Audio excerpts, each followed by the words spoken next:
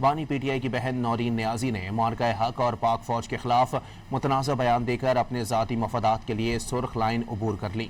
बानी पीटीआई की बहन नौरीन नियाजी ने यूट्यूब चैलेंज पर इंटरव्यू में इल्ज़ाम लगाया कि मार्का हक अफवाज पाकिस्तान और मोदी का गठजोड़ था। नौरीन नियाजी ने बयान में कहा कि भारत ने इसराइल के कहने पर पाकिस्तान पर हमला करने से गुरेज किया क्योंकि पाकिस्तान इसराइल को तस्लीम करने जा रहा था। बानी पीटीआई की बहन नौरीन नियाजी ने मार्का हक और पाक फौज के खिलाफ मुतनाज़ा बयान देकर अपने ज़ाती मफादात के लिए सुर्ख लाइन अबूर कर ली।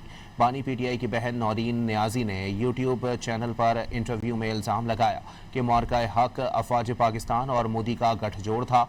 नौरीन नियाजी ने बयान में कहा कि भारत ने इसराइल के कहने पर पाकिस्तान पर हमला करने से गुरेज किया क्योंकि पाकिस्तान इसराइल को तस्लीम करने जा रहा था। बानी पीटीआई की बहन नौरीन नियाजी ने मार्का हक और पाक फौज के खिलाफ मुतनाज़ा बयान देकर अपने ज़ाती मफादात के लिए सुर्ख लाइन अबूर कर ली। बानी पीटीआई की बहन नौरीन नियाजी ने यूट्यूब चैनल पर इंटरव्यू में इल्ज़ाम लगाया कि मार्का हक अफवाज पाकिस्तान और मोदी का गठजोड़ था। नौरीन नियाजी ने बयान में कहा कि भारत ने इसराइल के कहने पर पाकिस्तान पर हमला करने से गुरेज किया क्योंकि पाकिस्तान इसराइल को तस्लीम करने जा रहा था। इसी पर बात करेंगे। मेजर रिटायर्ड मैसम रज़ा साहब हमारे साथ मौजूद हैं।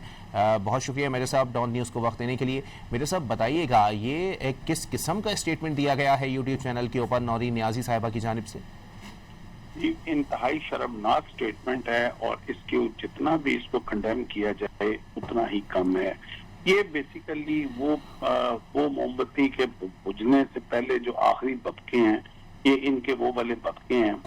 इनको ये समझ आ गई है कि ये इस वक्त जो एक झूठा नैरेटिव कौम को वर्गलाने का इन्होंने एंटी आर्मी और पाक फौज के खिलाफ बिल्ड किया था, वो सारे का सारा डाई डाउन हो गया।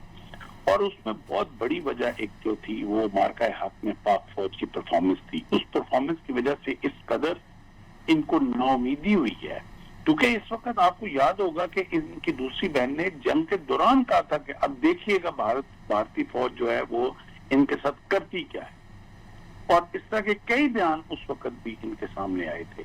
अब असल में इनको दर्द क्या है? अब एक मिनट के लिए अगर इनकी बात मान भी ली जाए कि जो इन्होंने कहा कि ये मार्का हक के ऊपर जो सारी एक आर्टिफिशियल नूरा कुश्ती हुई, एक मिनट के लिए इनकी बात मान भी ले तो आगे जाके कहती हैं कि ये इसलिए किया गया कि पाकिस्तान ने इसराइल को तस्लीम करना। अच्छा, अगर वो हो गया तो फिर पाकिस्तान ने क्यों इसराइल को तस्लीम अभी तक नहीं किया? वो इसराइल जो सारा उस जंग के पीछे बैठ के पूरा मास्टर प्लान पाकिस्तान के ऊपर, वो इसराइल जो इस वक्त पाकिस्तान के अंदर हर दहशतगर्दी की प्रॉपर्टी में शामिल है, वो इसराइल जो इस वक्त अफगानिस्तान को फंडिंग कर रहा है, वो इसराइल जो इंडिया के साथ मिलकर पाकिस्तान के सारी दहशतगर्दी कर रहे हैं, पाकिस्तान उस इसराइल को तस्लीम करेगा?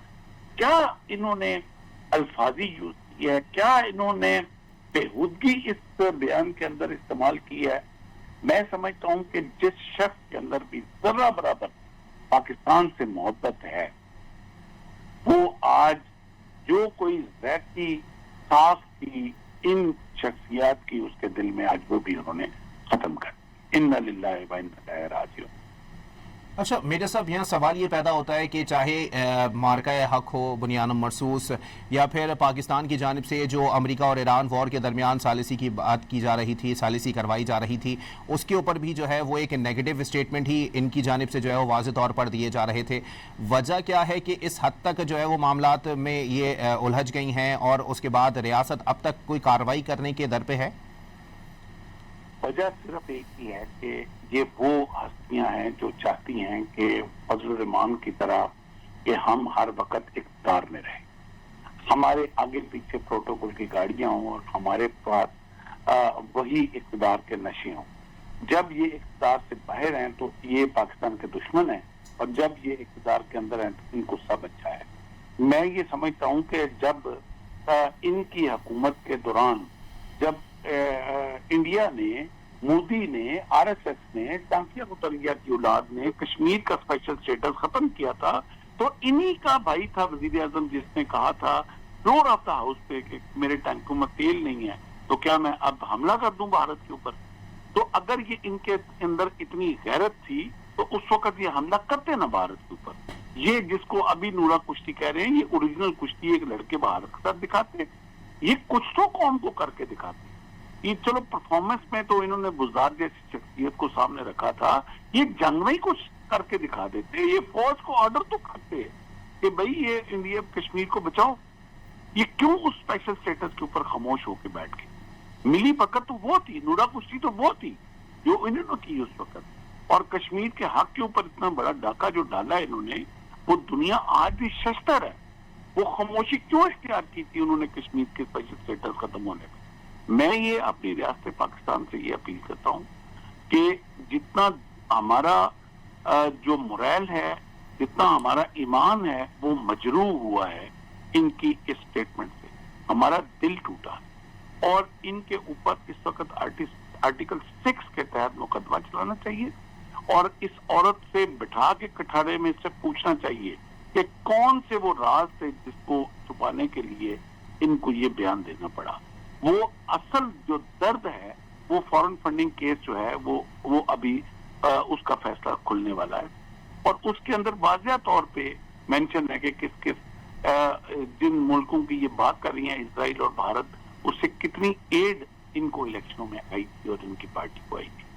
اب وہ درد اصل میں وہ ہے جو کھلنے جا رہا ہے اور اس درد سے پہلے ہی انہوں نے پرمپٹیو یہ بات کر دی ہے اور اس کے اندر کچھ بھی نہیں. جی اچھا میجر صاحب، یہاں سوال یہ بھی پیدا ہوتا ہے کہ کون سا مائنڈ سیٹ ہے یہ کون سا نظریہ ہے؟ کیا اقتدار، پروٹوکول، حکومت جو ہے وہ حب الوطنی سے، قوم سے، ملک سے یا پھر ملک کی محبت سے اتنے بڑے ہو چکے ہیں؟ یہ دیکھو، ملک انہوں نے، ان لوگوں نے ملک اپنے استعمال کے لیے رکھے ہوتے ہیں.